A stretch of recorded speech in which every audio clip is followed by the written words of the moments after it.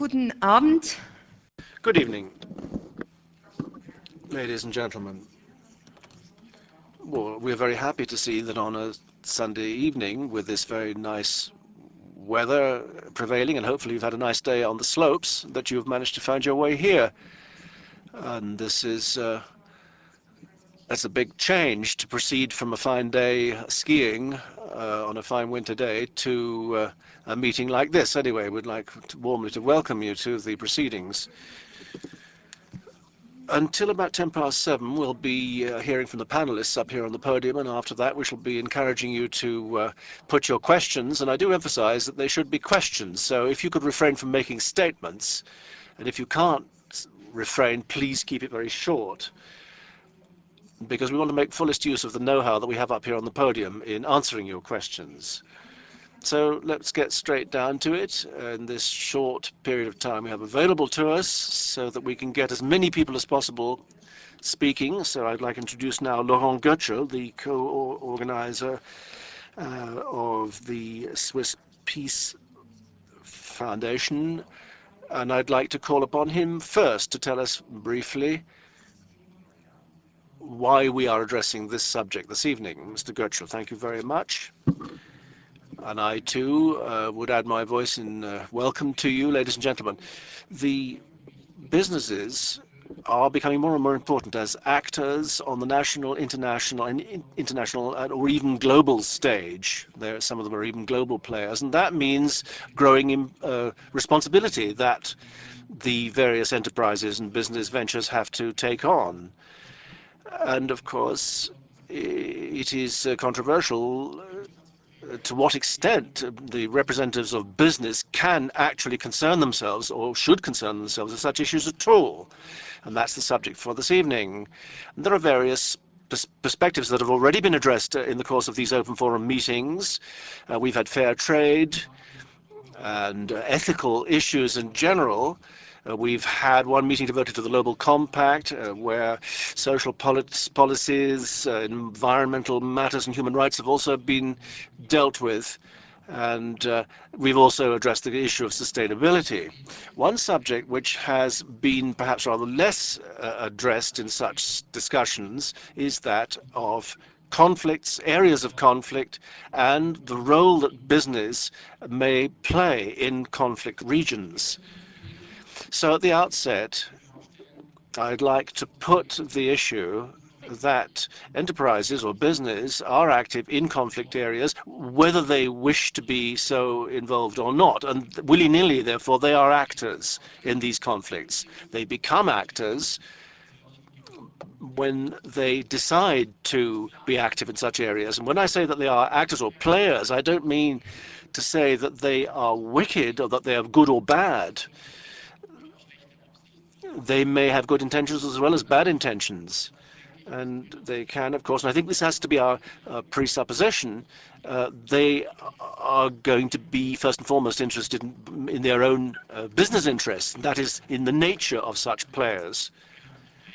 And they can perhaps be relatively indifferent to the actual conflicts. And despite that, they play a role. They are actually players. So there is a reciprocal effect. There is a reciprocal relation between the conflict, and the businesses that may be active in the area. The conflict, of course, also has an impact on the business behavior or the entrepreneurial behavior, but conversely, the behavior of the businesses has an impact on the conflict, has implications for the conflict. And these implications of the behavior of businesses for the conflict, I think, should be central to our discussion at this open forum this evening. There's a whole series of issues. For example, how can business influence a conflict? What consequences does business behavior have on a conflict, for a conflict, and what measures, what instruments, what policies might be brought to bear in order to constructively to influence the implications or the impact of business behavior on the conflict. And of course, one hopes that it would not have the effect of making the conflict any more acute. So that would be our concern. So what role, for what players and what potential do these players have? These are the core issues to be addressed by this meeting this evening. And hopefully Esther Girsberger will take us straight into the subject. Thank you very much, says the new speaker. Well, we've already heard a number of issues touched upon, and I'd like immediately to take some of those up. And I'd like to ask Mr. Jeker in regard to players in the conflict. Well, you are a Director General of SGS, the Société Générale de Surveillance, with its headquarters in Geneva. This is a verification firm or a certification firm which is engaged in international trade in a great variety of areas, in agriculture, in oil, consumer goods, and other sectors. And you may face the reproach that in countries where the rule of law is breaking down or the structures are missing, that you actually begin to assume functions and to become a very important player, which may stand in the way, which might prevent the state from actually fulfilling those functions itself. For example, customs control. And that's a rather dubious role for a player to take upon themselves, I think. Thank you very much, says the next speaker. I'm very happy to be able to take part in this discussion to represent the views of industry to some extent.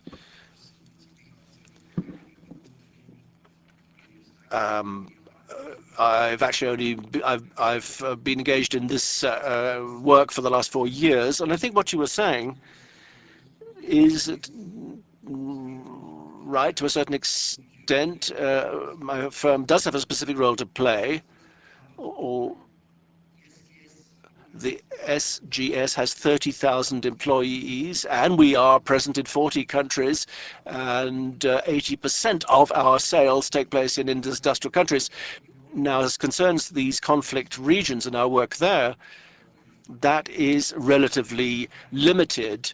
And has a positive function because we can contribute to the management of conflict management. And I could adduce 3 examples which will illustrate the kind of activities that I'm referring to. We've heard a reference to customs, and there are many countries where in times of conflict the authorities have difficulty in very often there is under-invoicing in order to avoid payment of customs duties. And this is something that firms do. So we check the origin, for example, and evaluate the value of the goods. And normally where we do intervene, we see an increase in tax revenue of 50 to 100% within only 6 months. In other words, a very short period. To give you an example of programs,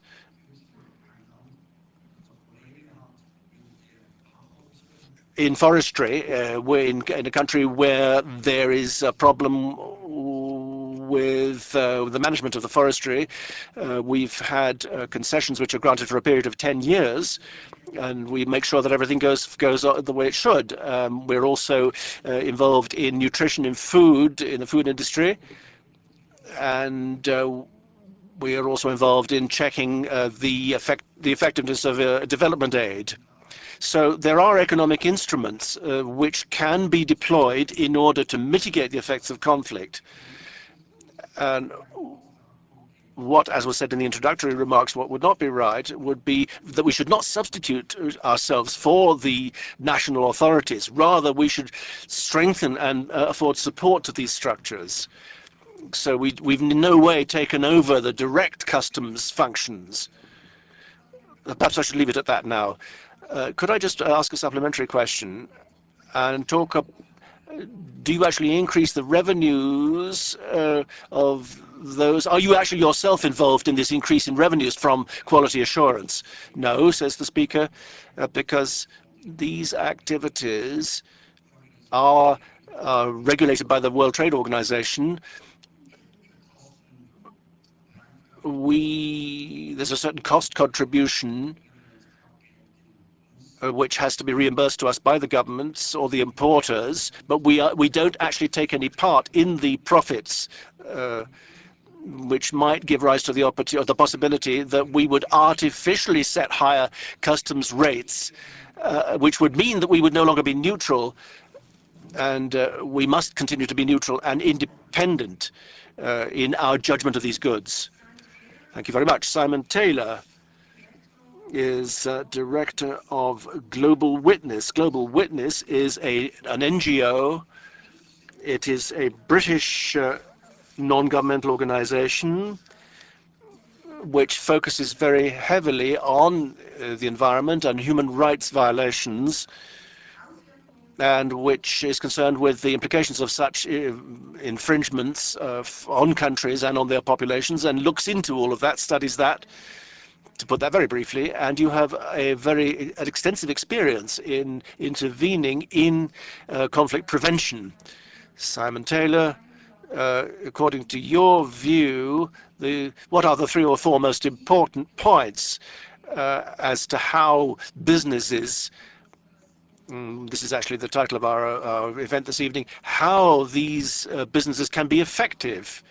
How can they behave effectively in order to help conflict prevention and to promote conflict resolution? Where to start? Perhaps I should add a further quick clarification about us. We're an NGO that specifically looks at the role of natural resources in the funding of conflict. So we started off our work looking at the role of the timber trade out of Cambodia and how that financed the Khmer Rouge. I won't go into detail here. People can ask me later about that sort of thing. We also launched the Conflict or Blood Diamond campaign by looking at the role of the international diamond trade in funding, or inadvertently one might say, funding UNITA in Angola through the purchase of diamonds coming out of UNITA-controlled areas. And the other sort of key area that I've been more involved in more recently has been looking at the way in which the oil sector has financed the Angolan government side of the civil war, and that brings in whole sorts of issues to do with bribery, state looting by the elites on a substantial scale. We're talking around at least $1 billion disappearing every year from the government income from the oil side in Angola. And the reason I want to raise that is that for me this isn't really such a debate about the role of companies, as it's actually a much more complex debate, and it includes the activities of elites in countries. It includes many different players. It includes also issues like much of the extractive sector, mining, oil and so on, is in theory in a country for the long term, and therefore companies can go into a country which is in reasonable shape and then everything goes to bits, and therefore the question is how do they behave. Simultaneously though, there are also companies that actively take a substantially negative role in driving conflict, and I would include the timber companies operating in Cambodia in that category. I would include some of the international well-known oil companies in terms of the role of the Angolan government in that category as well. We know of at least one oil company that was shipping arms to Angola, for example. So there are many facets of this issue, and I think to really work out what companies could, should or shouldn't do, one has to look at what really is going on in each individual case, because they are so radically different. Mr. Taylor, you just mentioned an important agreement, the Kimberley Agreement. For those who don't know what this is about, let me just tell you what this refers to. The Kimberley Declaration came into force on the 1st of January this year. It's brand new, and it regulates trade in raw diamonds with a system of certification, and Mr. Jeker, I'm sure, will be able to say something about that as well. And this system of certification should prevent rebels in conflict areas of becoming involved in the illegal trade of diamonds, and to buy weapons with the proceeds, and therefore to overturn legitimate governments. In fact, it was a great success for us that this agreement was forged in Switzerland, in Interlaken, and we've got a very eminent representative of this Kimberley Declaration with us this evening, Jonathan Oppenheimer. He is the head of producer relations of the De Beers Group. I don't think that company needs any further introduction. It is the producer and handler and trader of raw diamonds, per se. Perhaps you, Mr. Oppenheimer, could perhaps tell us what you do as a head of producer relations. What are your activities, your responsibilities? And a slightly provocative question as well. You can rest on your laurels, I suppose, and say, we've got this Kimberley Agreement declaration, everything's fine and dandy, no dirty dealing or trading anymore. But how can you really guarantee that none of these raw diamonds leave Angola and similar areas illegally? I maintain that you cannot guarantee this, so obviously you should really withdraw from countries like Angola completely. That's my argument. Thank you, Esther. You need to be aware that we are not in Angola. We as De Beers are talking to the Angolan government, but currently we have no commercial activities there. With regard to the Kimberley Process, which I think has been a unique cooperation between both the NGO sector or civil society, the private sector with regard to all the major diamond players, and the governments of both consumers and producers of diamonds, has been this remarkable coalition which has resulted in the Kimberley Process, which, depending on who you talk to from a business perspective, took too long, but from a government perspective is one of the most efficient and expeditious enacting of legislation on a global basis for a given outcome. As Esther rightly says, the Kimberley Process is not perfect, but it's a great step forward in bringing reasonable and practical regulation to the diamond industry at large, and goes an enormous way towards solving many of the problems or restricting many of the avenues that were previously available for conflict diamonds to enter into the market and so fund conflict as suggested.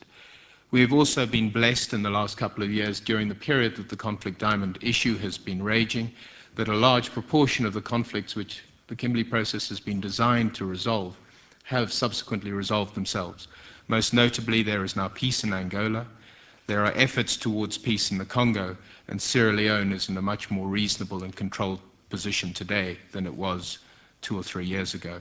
And that is a very, very positive thing. If I could just say one other thing, and this is really to the role of business rather than the Kimberley Process, and I can go into that in slightly more detail if people want. And that is, business really has a choice, and it's driven by their commercial needs. And to a point that Simon made about the long-term nature of many extractive industries. If a business enters into a long-term extractive industry with the intention of doing it in a reasonable and properly regulated way, it is very difficult for them to enter into what could be called unscrupulous behavioral practices with various governments, principally because those governments will change in the lifetime of those assets.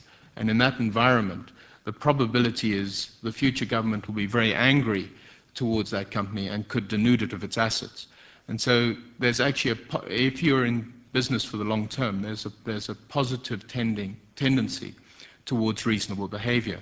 By contrast, those businesses that are in a country for the short term have a propensity to trade or deal in a way which is perhaps less scrupulous.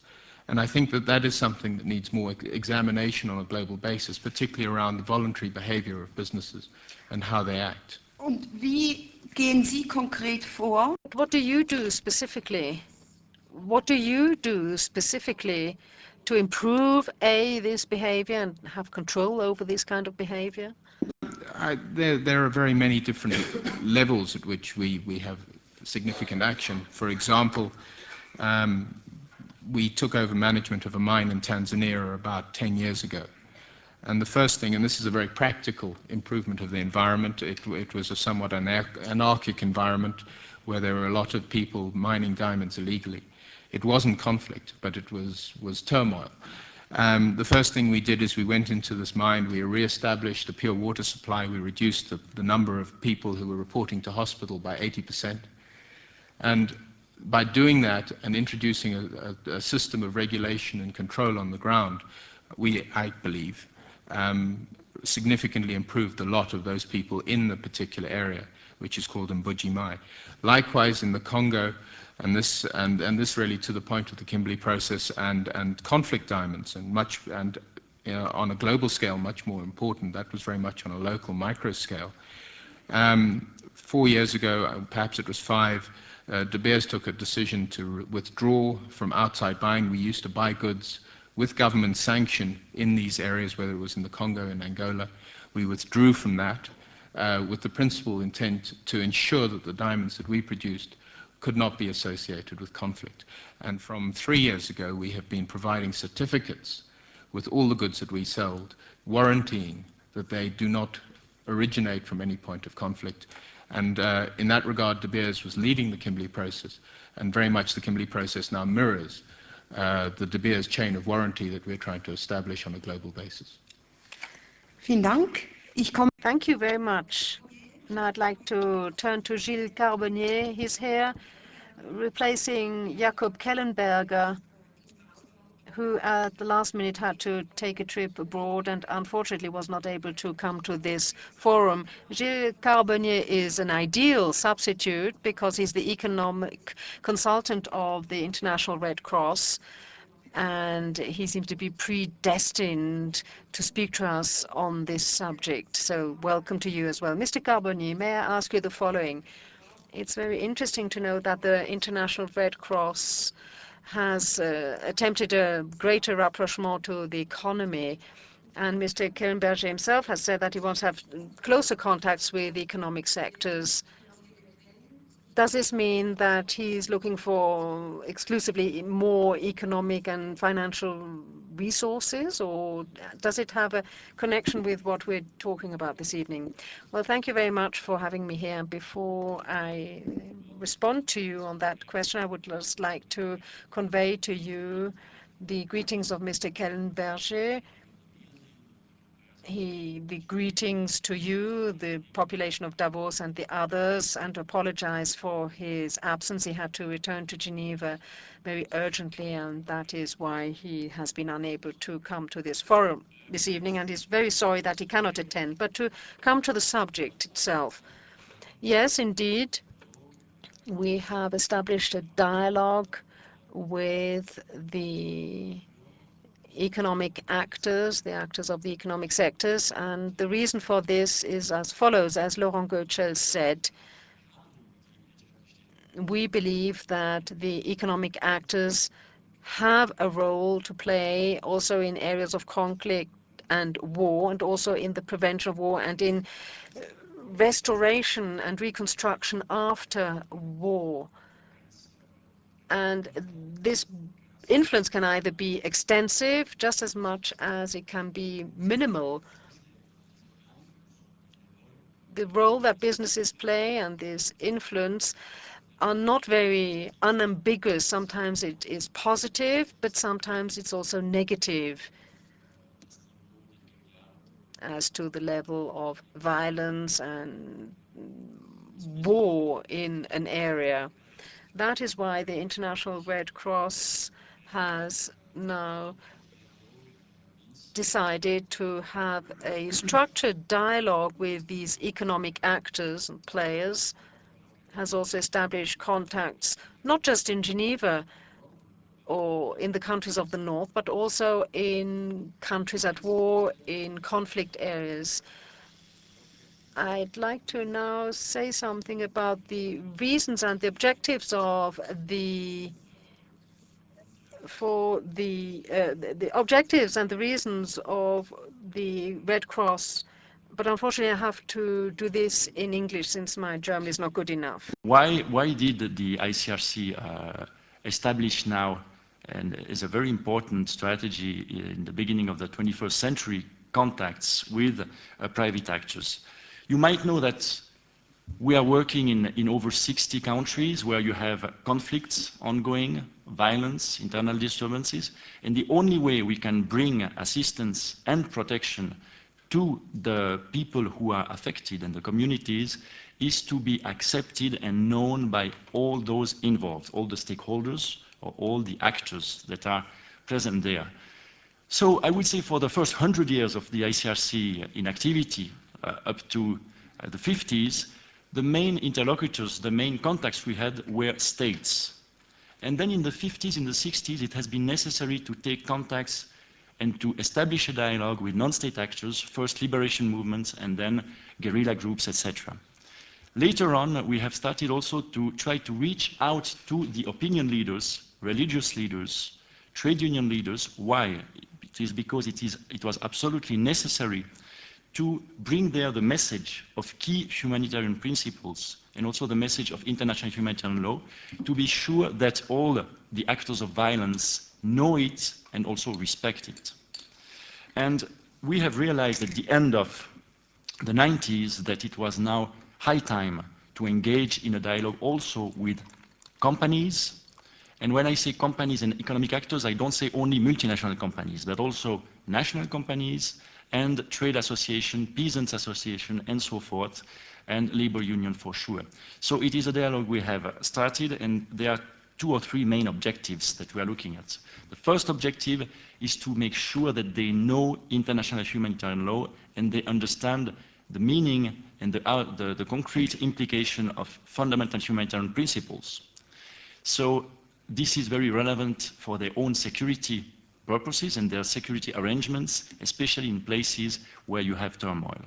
The second objective is to share with them specific humanitarian concerns that we have in the hope that they can have a positive influence in their sphere of influence, what they refer to as their spheres of influence, which is a positive influence on local authorities, national authorities, on other groups, and they are certainly important vectors of influence in that regard.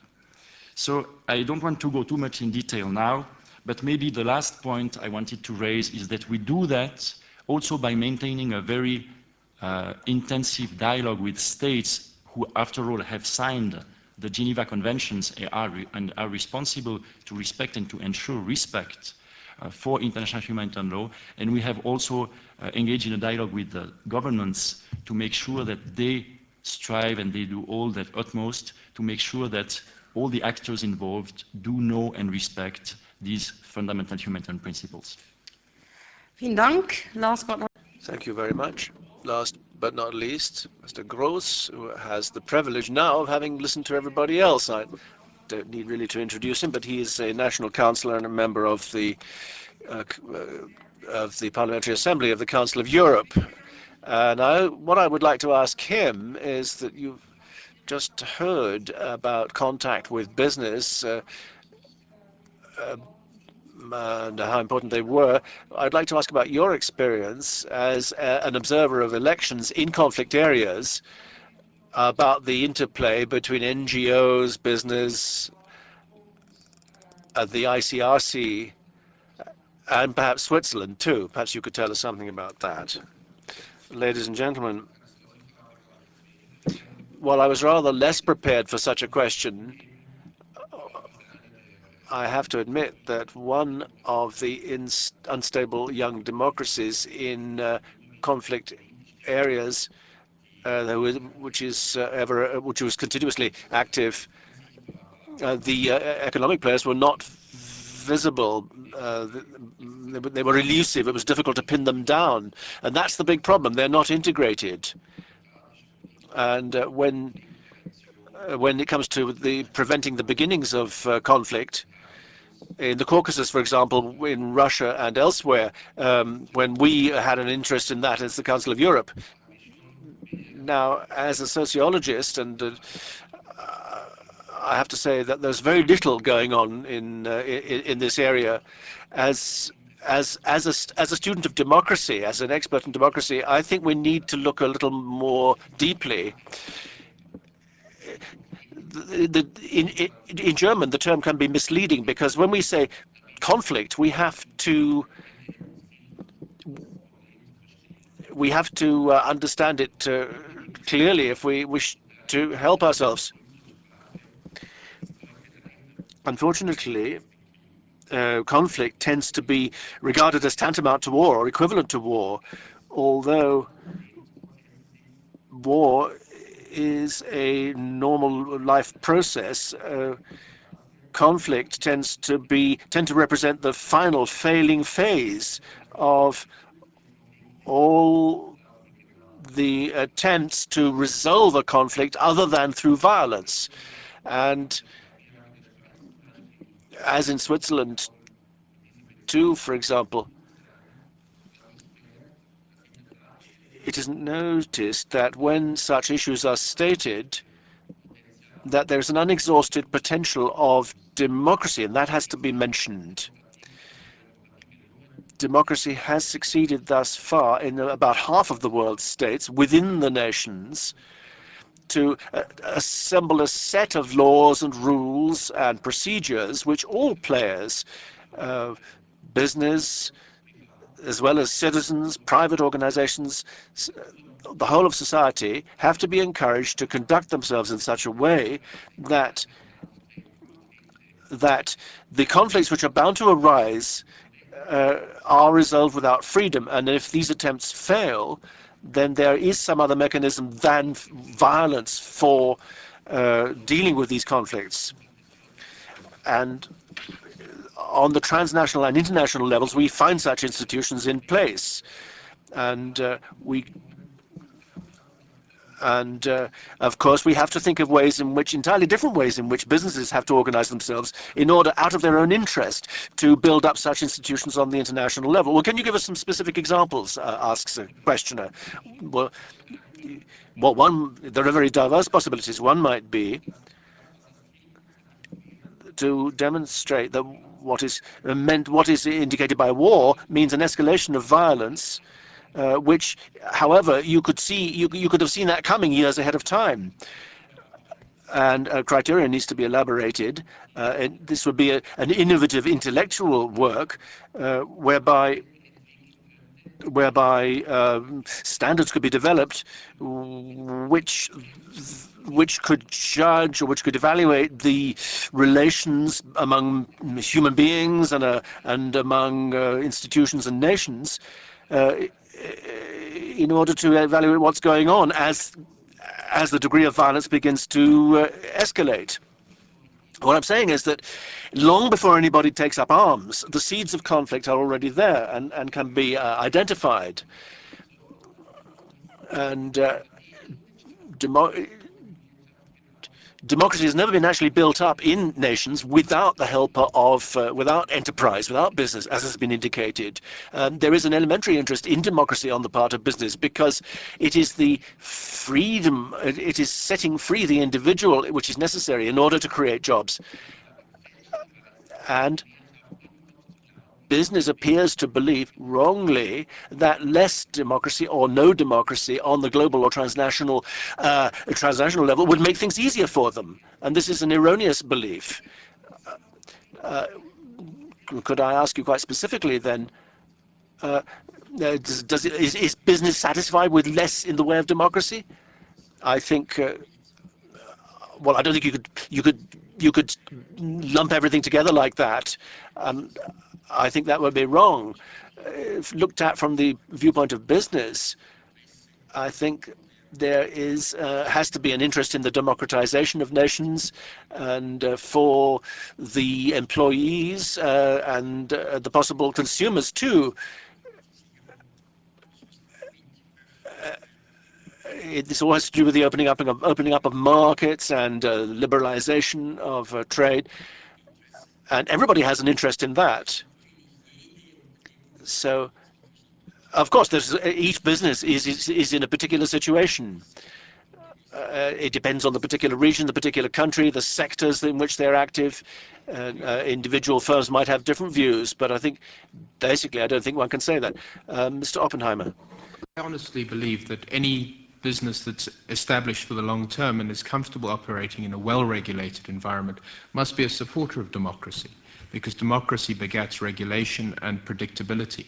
those people who are looking for opportunities to play at the margin, and as I suggested to you earlier, perhaps those who are more inclined to look to the short term, would be inclined to have discontinuity and also a degree of uncertainty such that there is space to operate. And then I would agree that there is a possibility that business encourages.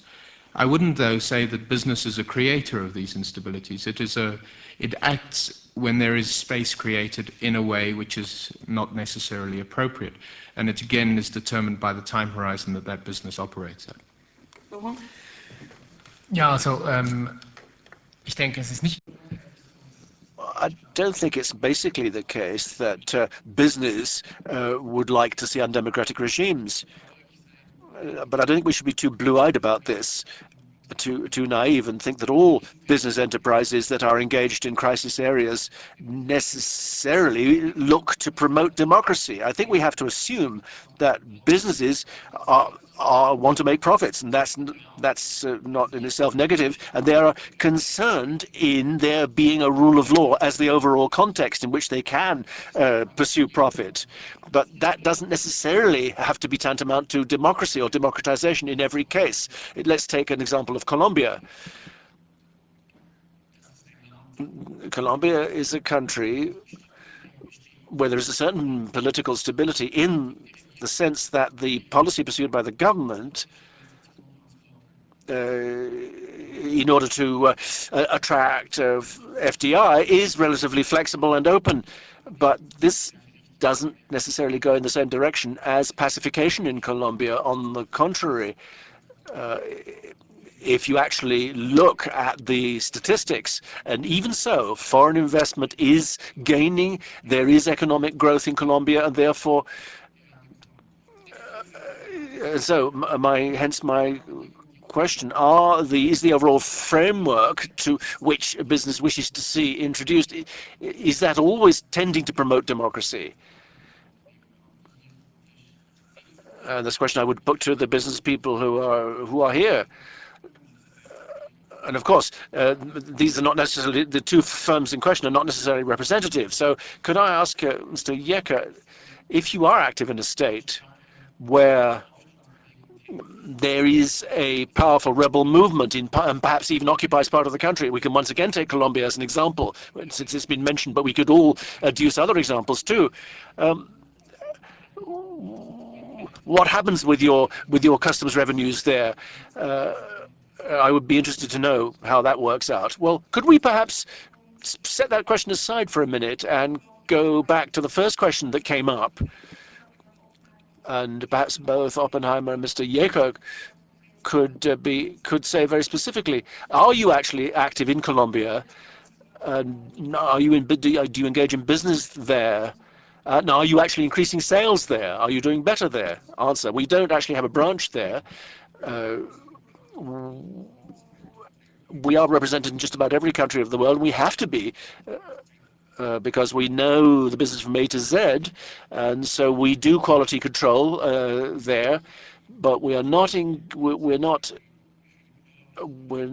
we're not engaged in the businesses that I've actually described to you in Colombia. Perhaps I could come back to the other question later. Yes, for sure, says the moderator. But it doesn't have to be Colombia.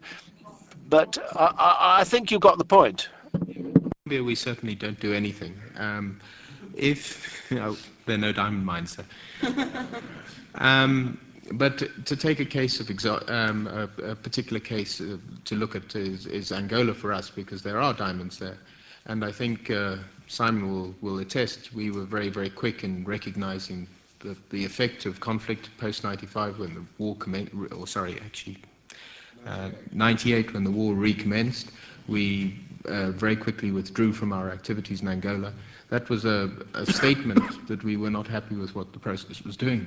Now that peace is back, we're back negotiating with the government, seeking to ensure a regulated, commercially sensible environment. I think the point is, from a business perspective, we need certainty. There's a wonderful statement that capital runs from risk. And in a conflict environment or in a turmoil environment, risk is enormous. And any time that that risk can be mitigated, businesses look on that favorably. But it depends on what time horizon you're looking at that risk. If you're looking at a short-term horizon and trying to manage risk in the short term, then inappropriate type behavior can mitigate risk. If you're looking at the longer term, then it is very difficult for inappropriate behavior to mitigate risk. And so you tend to behave very rationally and reasonably in those environments, and the evidence for the long-term investors who want to stay in countries is there. They have often been catalysts or components of solutions which have reduced risk and brought about stability and ultimately democracy. Herr Carbonnier, nachdem... Mr. Carbonnier, now,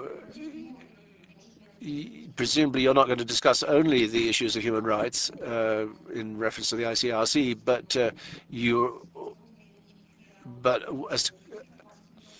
as to whether enterprises are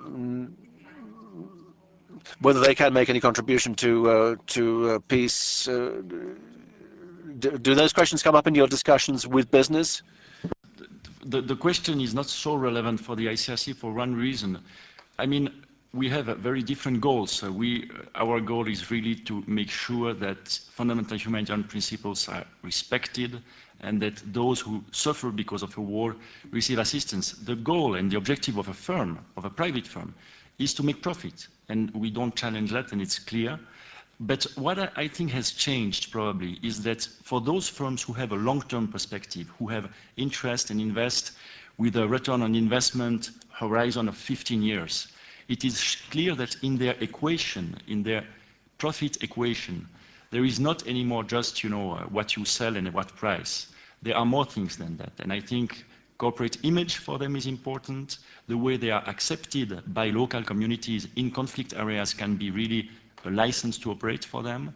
And they have to add in this equation a lot of different issues, their reputation, their image, the relation with local people, and also legal aspects, because you have more and more litigation involving firms. And because of all that, they happen sometimes to have common interests with the promotion of humanitarian principles and the fact that in conflict-torn areas, there are some principles that are not violated and that the international law is upheld. Mr. Taylor?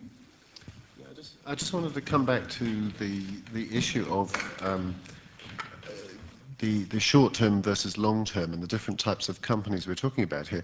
I think both what Gilles just said and what Jonathan said before about this kind of long-term horizon, the need to get your money back, if you will, does require a stable environment. And there are certainly companies that, of the more shall we say, well-known companies that are beginning to make, I would say, serious moves to cleaning up the way things have been done in the past to try and actively promote improvements in countries and so on. However, they are not the whole picture. There are other companies that frankly don't give a damn, and I would certainly include the vast bulk of the timber industry in various parts of the world. If you go, for example, to Cambodia, of the companies that remain in the country, I would classify every single one but one, not really in the category of a company at all. They're more like mafia operators. Variously they've been involved in armed attacks against their opponents. They've been involved in women trafficking, children trafficking, gun running, drug running, and illegal logging. And it's these companies that are right at the center of this whole cash flow to the elite, basically the Prime Minister, what the hell I'll name him, and the people around him. And it's how, here we're seeing an active subversion of the democratic process and frankly the wholesale looting of a state's assets. When we first went to Cambodia in 1995, the resource, the forestry resource, if one presumed that it was a resource that could be utilized financially for the benefit of the state, was probably worth around 100, perhaps $120 million a year. It doesn't sound like very much, but the budget at that time was around 450. That's the whole country's budget. So a significant contribution could have been put together on a sustainable basis. I won't debate what I mean by sustainable at this stage. frankly, today they'd be lucky to get $10 or $15 million. Most of the resource is destroyed, and this resource has been central to the driving of conflict, central to the subversion of the democratic process. It financed the coup d'etat in '97, it financed the election victory in '98, and it is almost certainly going to be used to finance the election in this year as well. So I think when we're looking at conflicts and the role of companies, one really has to get to the bottom of what kinds of companies are there, what kind of sector, and there are different things that should be brought together by the international players, by governments, by NGOs, by the more legitimate companies to try and deal with this problem and root it out. Shouldn't you, as an NGO, encourage companies to retire from or to pull them back from countries where human rights are violated? I think you're referring to, I suppose, the issue of whether companies should or shouldn't go into a country. I think that's, for me, that's certainly an issue. I mean, there's the whole issue of Premier Oil and Total in Burma. And I know Premier has now pulled out, and they were making this whole case that we were encouraged by the Conservative government of Thatcher to go in. Frankly, that was an amazing decision at the boardroom from my point of view, because this was just after the massacres in 1988. So I mean, really, to make a judgment that this was a country to go into, despite the encouragement, was a bizarre situation. Having said that was a substantial proportion of their global assets. So I can also see why it's a catch-22 for a company in that position to pull out. Basically, you've got to find a buyer, or you face closing because you can't recoup the loss. And frankly, so you sell out and somebody else takes the place. What's actually achieved in the end of the day? So I'd like to see an appreciation certainly within the extractive sector, that actually sometimes some places are actually just too bad. That there is a case when it is too awful, and I know there's an argument for constructive engagement, but I don't see much of a benefit in places like Burma. I don't see where it's come. Herr Jeker, wenn Sie... Mr. Jeker, if you have the choice of being active in a country where there's a civil war, where the human rights are being abused and violated seriously, would there be any other reason for you, other than an economic one, to not be active in such a country? Yes, indeed, is the answer. But let me touch upon the role of politics and economics. These are two different roles. If you look at human rights, the United Nations doesn't do anything when the states violate these human rights, and then suddenly it's the private sector that has to take on the responsibility. That's too easy, and it doesn't work that way. I would simply say that companies do have a responsibility, a voluntary responsibility to adopt a certain behavior. That is to say, to not contribute to a conflict, not to make it even more acute. A multinational company, in my opinion, has to observe the local rules and regulations, and even take this a step further. If you have a global policy, then you have to make all the necessary efforts to implement these standards in such a country, even if these standards do not apply in such a country, for example, in environmental protection, for example. Now, you touched upon multinational companies in particular. They are very cautious nowadays where there are flagrant violations of human rights. Such multinationals would probably not wish to step up their commitment or become active in such a country because it obviously harms their reputation. Companies nowadays are very eager to not have any harm done to their reputation because it can be very costly.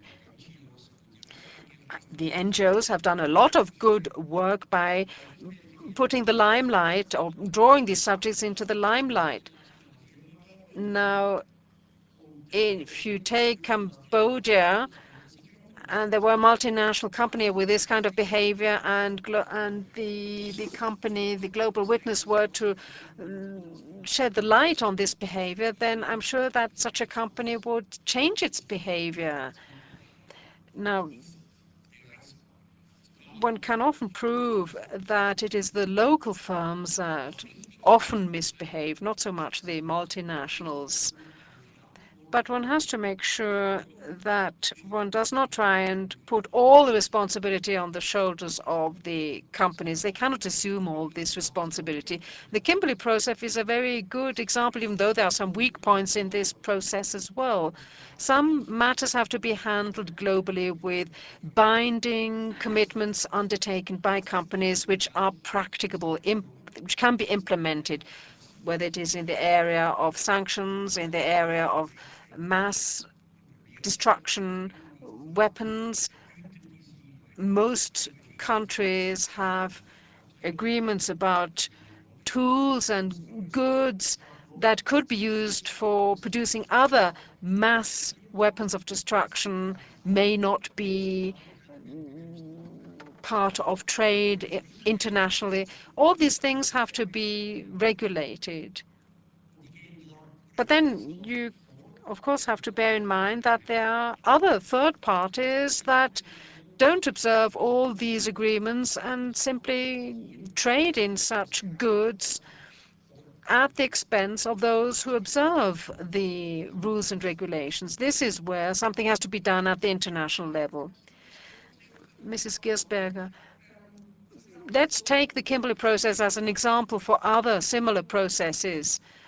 Sanctions could only consist really in self-control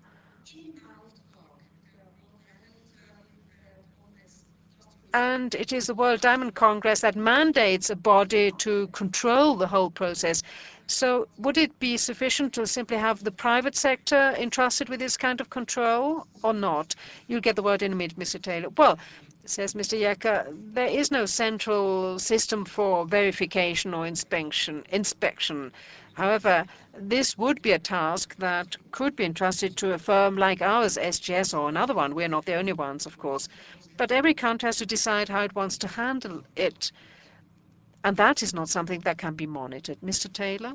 I think I stress very quickly, I'm not one of Global Witness who's worked on the Diamond campaign, so I have a rudimentary understanding of all the ins and outs of the Kimberly process. But one comment one of my colleagues made to me earlier today is that I would say in general terms, without pointing fingers at any particular part of the industry, but we have a sense that the industry has, shall we say, to an extent dragged its feet over this kind of the implementation stage, this monitoring. I'm not quite sure how to define it because I haven't been part of the process, and there are certain sort of ways of defining exactly what is required to ensure compliance. And as I understand it, the industry, not probably in all sectors, but hasn't really moved collectively and properly and quickly to get this thing put in place. Thank you. Andreas? Mr. Gross? Mr. Jeker has said a lot which could be used as a basis for more detailed discussion. We live in a very strange time. We see the whole range of going from the positive to the negative. We have states that behave like the most corrupt companies, those who are the worst smugglers and traders in women, have behavior that even the largest multinationals headquartered in EU countries would never dare adopt. Multinationals should respect the standards, the national standards. The former head of Daimler-Benz, Mr. Reuters, once said that in Spain they implement the German standards of environmental protection, even though they wouldn't have to. But then there are other companies that have always been at the lead of those companies that wanted to implement an agreement of the OECD which would have undermined the even weak democratic tools or instruments in certain countries. So we could put the opposite question. Mr. Jeker, we could take our call from the pioneers of European integration, those who built up Europe,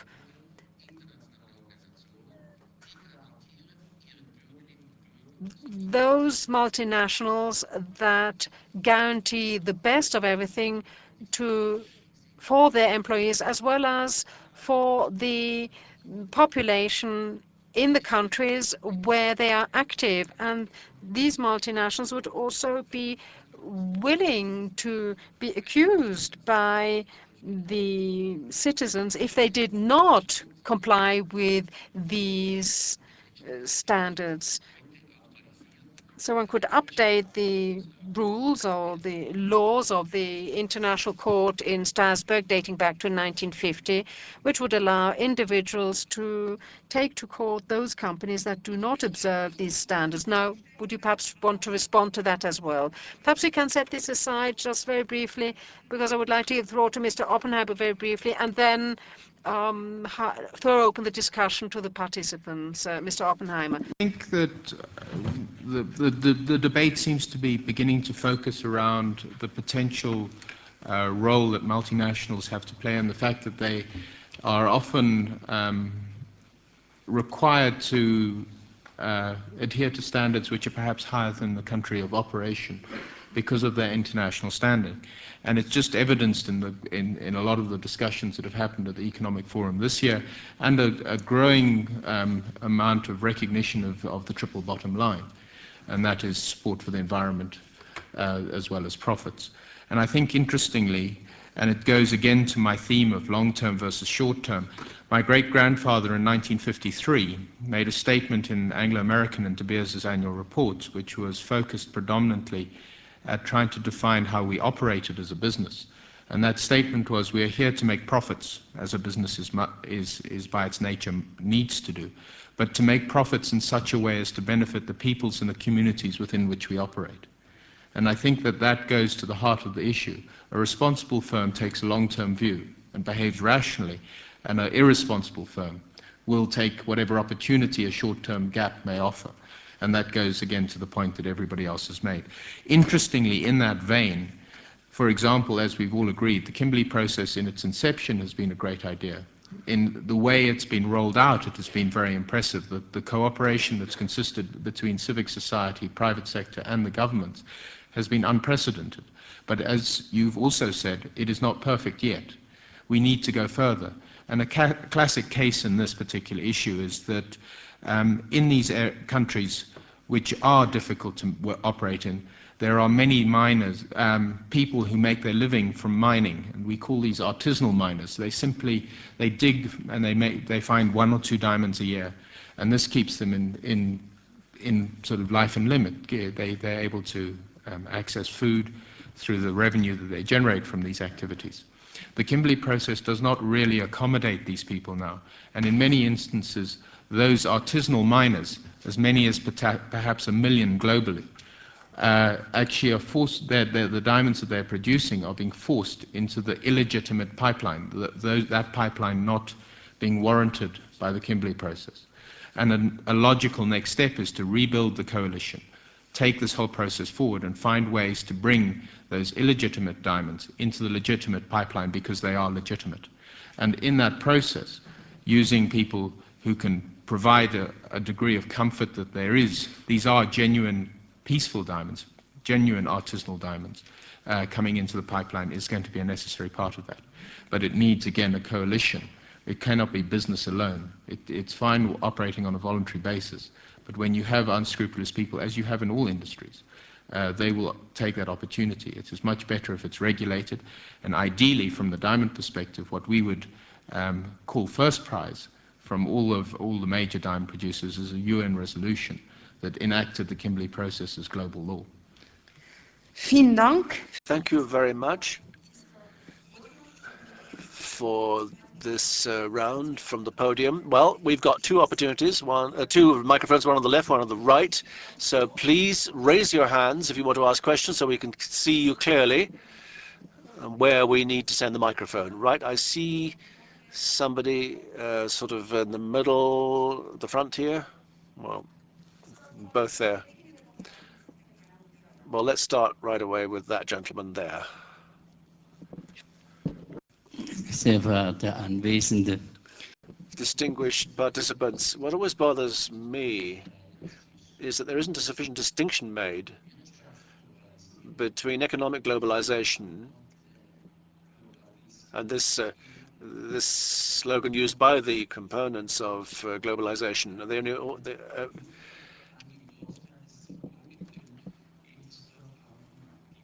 But it is also the political globalization that we have to bear in mind. You must distinguish between economic and political globalization.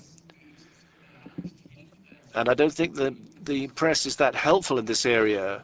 It's just become a silly slogan, globalization, and hostility to globalization, and so on. Now, we world citizens, and I am one of them, we are defending political globalization.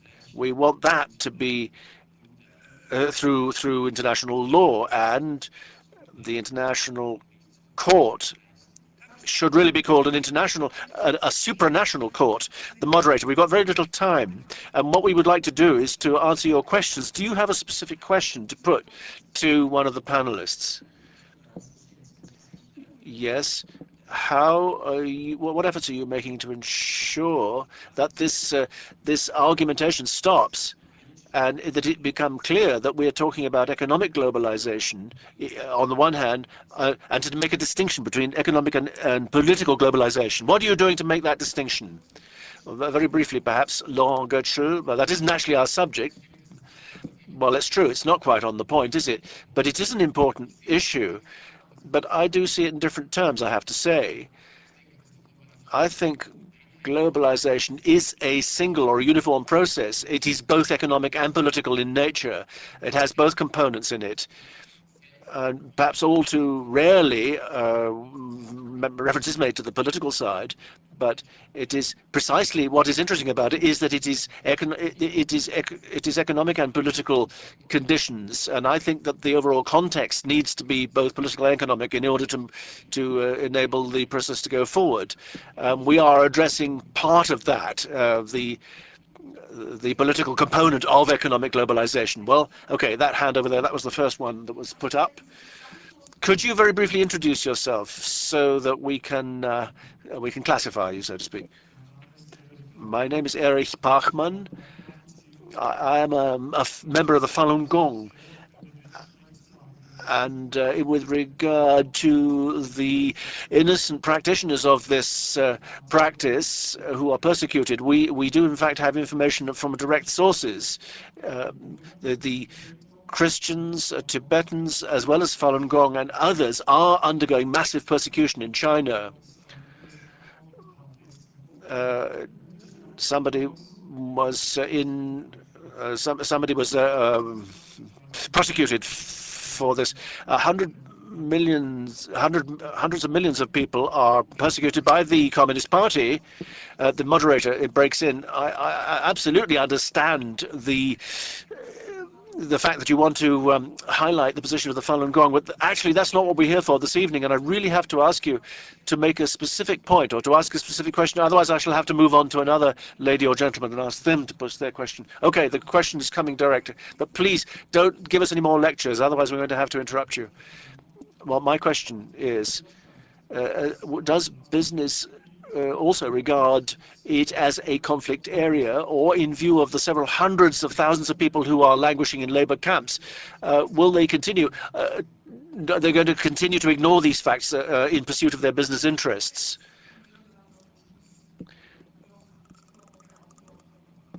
Well, we'll put that aside and we'll answer that later. Another question? My question is, my name is Yolanda. I'm with Sustainable Asset Management in Zurich. My question is addressed to Mr. Oppenheimer. You mentioned that business with long-term shareholder value in mind would like to operate in a democratic country because democracy implied a well-regulated environment and predictability. And so my question is, does the beers have a policy when it comes to operating in non-democratic countries? Does it adopt an aspiration or even a policy to persuade the prevailing regime to promote democracy? you want me to answer that now? I think that's an excellent question. To be prescriptive would be, I think, foolish from an economic perspective. However, we certainly do an enormous amount to encourage practical and good behavior and encourage democracy where we can. We have social giving programs in all the countries in which we operate, and in those environments we target both education and social upliftment and promotion of democratic ideals. With regard to particularly promotion of democracy per se, it is a little difficult.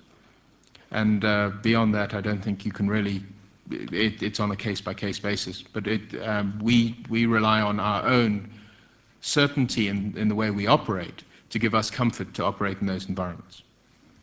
Thank you. Gleich. Okay, we've got two people sitting over there on the side. I'm sitting behind. More a theoretical question to Mr. Tyler and Mr. Oppenheimer. What do you think about the theory of Joseph David Nye, if it's common to you, the economist in Washington, who says, who has the theory for the future problems which the whole societies have to solve?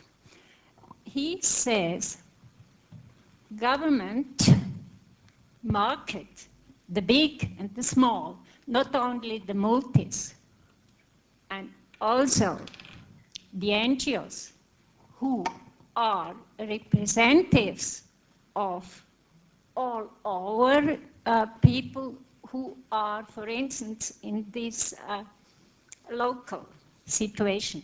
He says to solve the huge sociological problems is possible if the three main actors, market, government, and civil societies, goes in a most in a leading, how shall I say, in integration, communication. You understand what I mean? More communication about business, government, and civil society. Is this theory of an American economist? Okay, I think they nodded, so they understood your question. Are you able to shortly to answer to this question? Very briefly, in response to that, I suppose that's one of the reasons I thought coming to the WF would be useful, because although I do a lot of traveling, going to different places and meeting companies, good and bad, running around in dodgy places, investigating bad things going on and so on, and meeting political power brokers and what have you, I've never come across a place like this where you have so many people all stuck in one place and you can go and talk to them on a level basis. So I definitely subscribe to everyone talking. However, I also subscribe to, if players don't play the ball, then you have to apply the pressure, and that can be sometimes unpalatable if you're on the receiving end of it, which is why I'm being so assertive, shall I say, about the way timber companies operate in a place like Cambodia, and for that matter, how certain oil companies have been operating in a place like Angola. Ganz hinten. Right at the back. That's your disadvantage. If you need to sit further to the front, people notice you quicker. But anyway.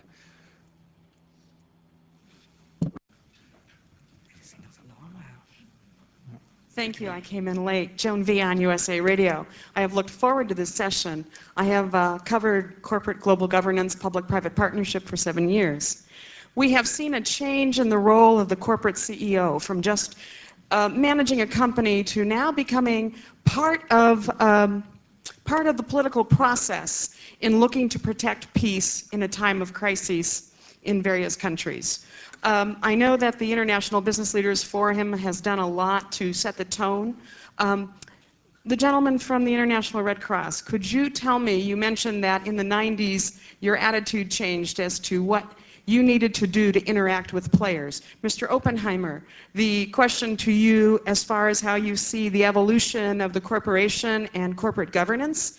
Mr. Taylor, unfortunately, I have been so naive to concentrate on the greatness of most multinational corporations that I have been too unfocused with the fact that there are those, even though they are not Italian, that are mafioso.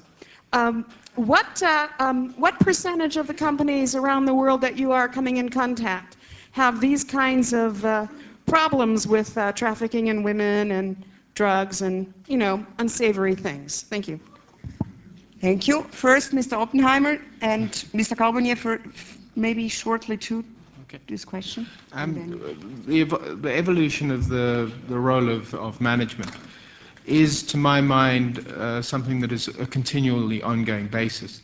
It is really determined by the environment that you're in and your time horizon. I keep on coming back to this business of the time horizon that a company has as its outlook. The longer, the more responsible.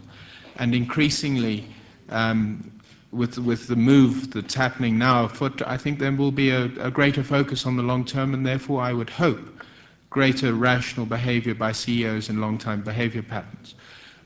Beyond that, I can't really give you any advice.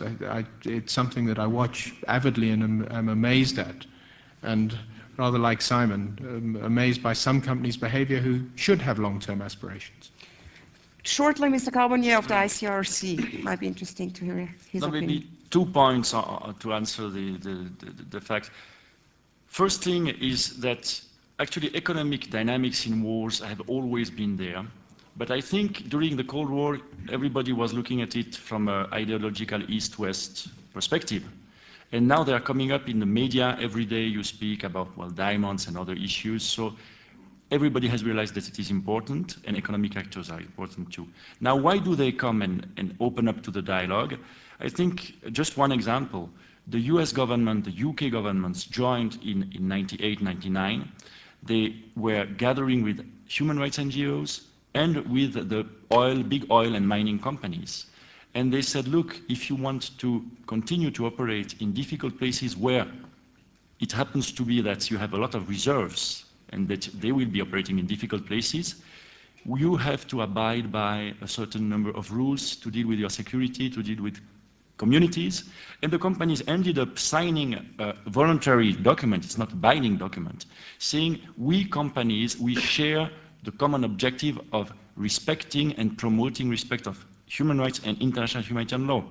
So this is very good per se, but then what we want to do is to go, and this is what we are doing, discussing with them in Colombia, in Indonesia, in Nigeria, in Angola, and many other places, to tell them, well, if you want to translate that into operational reality, this is what it means. And I think that's where we are. Mr. Taylor? I should just clarify quickly what I meant by companies conducting the practices you were referring to. And the whole reason I raised that is that where we're coming from is primarily looking at what resources are involved in driving conflict. In Cambodia, it happens to be timber. And the companies that are there, all but one, do not fit into what I would call under the traditional sense of what you might think of as a company. They're basically mafia operators. And even the one that you could call a decent company, or it has a company-like structure, in fact, the only place it operates without breaking regulations is in New Zealand, where it can't get away with it. So that gives you a kind of frame of just how bad it is in a country like Cambodia, where the primary resource is basically being looted by totally unscrupulous companies. However, if you go to so in answer to your question, what percentage? Pretty much all of them in that kind of a situation. If you go to places like Angola, there is a huge disparity, if you look at the present day, between some of the oil companies. Just very briefly, what we're trying to do with the oil companies in Angola is to persuade them, to help them, to facilitate the conditions politically and legally to require them to publish the payments that they make to the Angolan government. And the reason this is important is that the elite in Angola have been involved in a process of looting more than $1 billion every year for the past 6 years. And we're really working on the premise you can't ask where the money is going if you don't know what comes in. Now, of the big multinational oil companies, some of them have been very constructive, and I would say others have been absolutely not constructive and frankly opposing measures to be able to enable them to publish these payments. So I think for me, in the big sort of long-term horizon companies, the big multinationals, big well-known companies, I still think the jury is out for the behavior of some of the top board members, and my encouragement would be for them to look at some of their peers and try and emulate them. Thank you. Herr Arbenz. Mr. Arbenz. Sorry, Okay. my name is Fuad Majtalawi. A quick question. Self-regulation and depending on the goodwill of business to regulate itself in areas of conflict might be a nice ideal. But let's say, for example, I am a Palestinian and thus I have to speak about a case that we are going through. Talking about companies that are actively involved in areas or in activities that are, probably Mr. Carbonnier can answer this question, that are actively participating in activities against the Geneva Convention. Take, for example, Caterpillar, which provides bulldozers that knock down people's houses. AT&T that provide communication for, etc., etc. And you can go, but you can provide a whole range of... Please, things. your question, because we How run do you already think- over the time. Thank you, thank you. How do you think that these companies can be not just dependent upon their goodwill, but actually forced to respect Geneva Convention and other human rights regulations in areas outside their normal operating theater? Thank you. Mr. Carbonnier. So the question is also a legal question. I don't want to bore too much about legal issues, but international humanitarian law applies to states in principle. International humanitarian law, the Geneva Conventions, apply also to non-state actors once they take part in the hostilities. And then the question is, there are certain, strict criteria to what means taking active part in hostilities, and those who take part in these hostilities are bound by international humanitarian law, be they governments or non-governmental actors. Now, in the instances you refer to, there is a question which goes beyond the present state of international law, which is more related to, support. Some people are working on the concept of complicity, etc. And I think there is a whole debate in the academic cycle, etc. And the matter is not settled yet. But what we see, or just look at the US especially, you have more and more groups that bring companies to court. In the US, you have a lot of litigation cases for a lot of different purposes. So, I mean, this is a trend.